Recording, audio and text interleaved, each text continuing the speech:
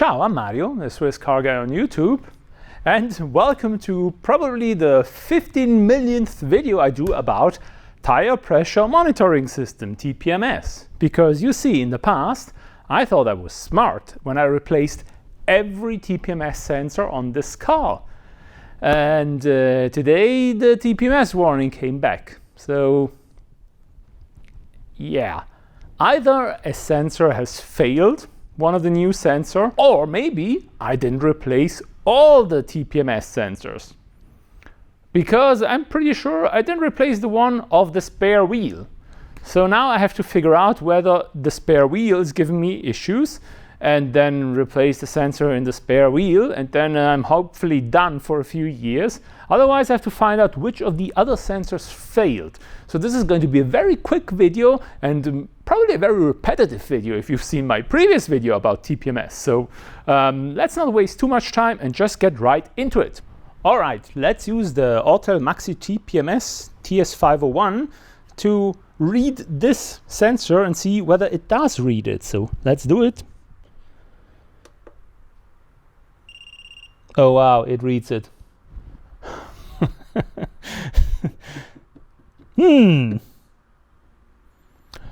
Which means this sensor is not the one that has failed. Damn, I was pretty sure it was going to be this one, so... Ha! Great, and I have to test all the others. Fantastic. Okay, front left, let's see what this says. This is okay. Let's do the front right.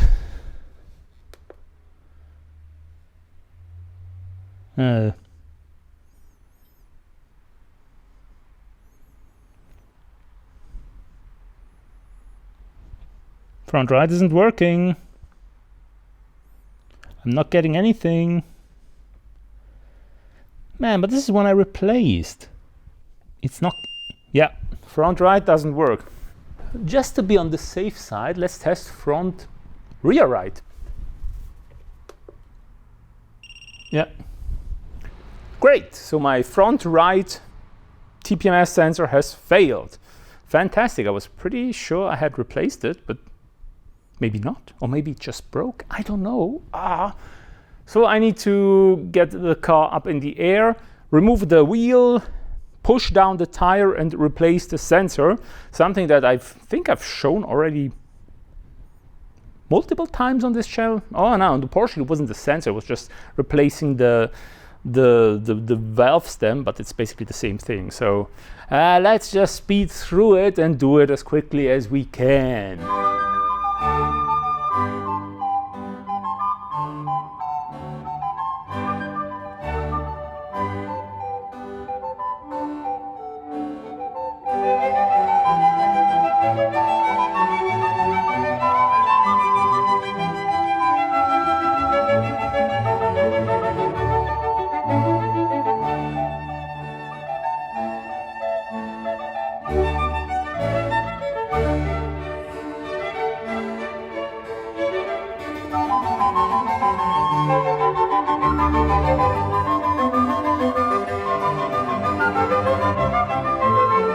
And now, before I put the wheel back on the car, I still need to teach this sensor its code, and I'm going to copy the code from the old wheel, which I fortunately still have a screenshot of it on my phone, so I can just program it manually by inputting, because it's front right, right?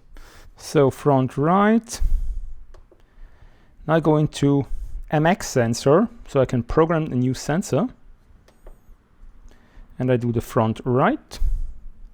And I copy by manual. And I have to input this code I have here, 204. 204 A31340. Okay. Yes, I want to save and continue.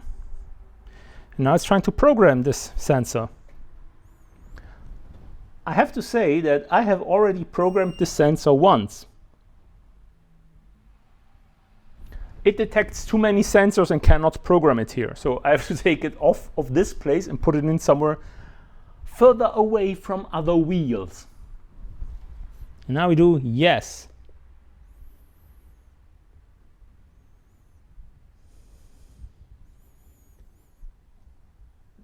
It's doing it. It's programming it.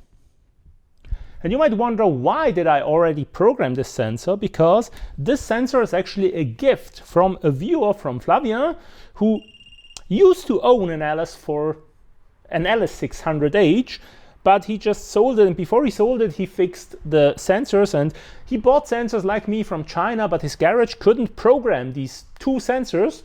So afterwards, he sent them to me so I could test them. And I tested them and they programmed fine. And again, they reprogrammed fine. So this sensor is programmed, it can go back onto the car. Let's just check it, just to be safe.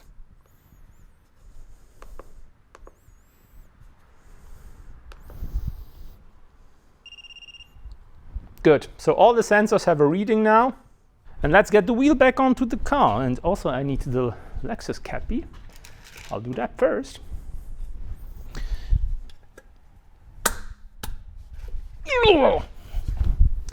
Let's get back onto the car. Okay, that's not good enough. I never know what the right height is, because this is sort of not the right height, but also maybe it is. Let's quickly put the nut on. Come on, just a bit. Let's put another nut on.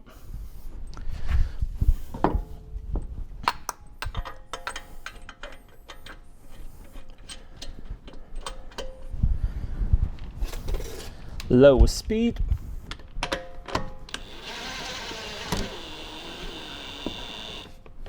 Let's do a low speed here.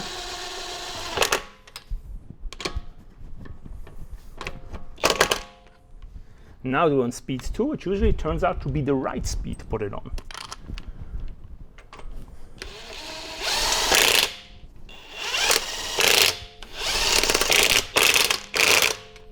Okay. I will torque it once the car is back down. 140 Newton meters. Good, let's see if the car still throws errors.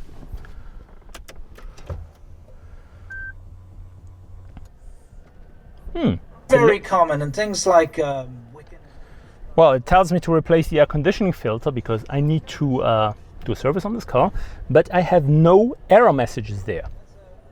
So this is a good thing. I think we fixed it.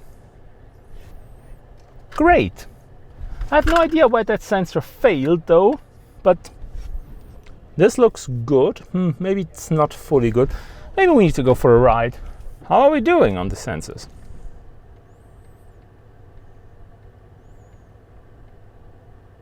This looks all good. But let's go for a ride, because I still have tires there. I think one of them, I think 3 of them, oh, maybe more. 3 of them still have some sort of a sensor inside, I think, and therefore it throws the system off. You see, it gives me a warning, so I need to go a bit further away. And you see, it's gone off, and now I have 2.5 bars on all 5 wheels. Hallelujah! Now I have to turn around.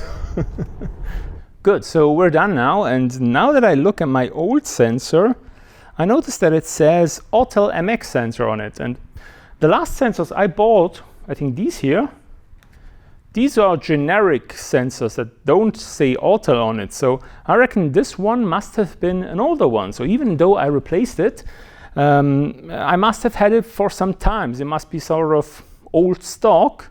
And usually a sensor, I believe, if it's not been activated, it doesn't really drain the battery, but in this case maybe they do, so don't stock them for too long because it already failed.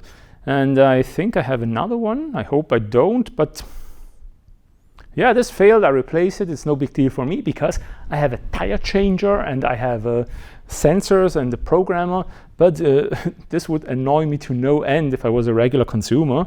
And if you can program it out on your car, I mean, I don't advocate it for safety reasons, but I think it's more trouble than it's worth it, so just get rid of the TPMS system. And on the Lexus, it's really annoying because the warning is really bright and yellow and ugh. Anyway, I did enough about these stupid sensors. This is like the third or fourth video I make. I hope it's the last one, because if another sensor fails, I will probably do another video, because this is a quick video, and even though it's boring, it's always the same.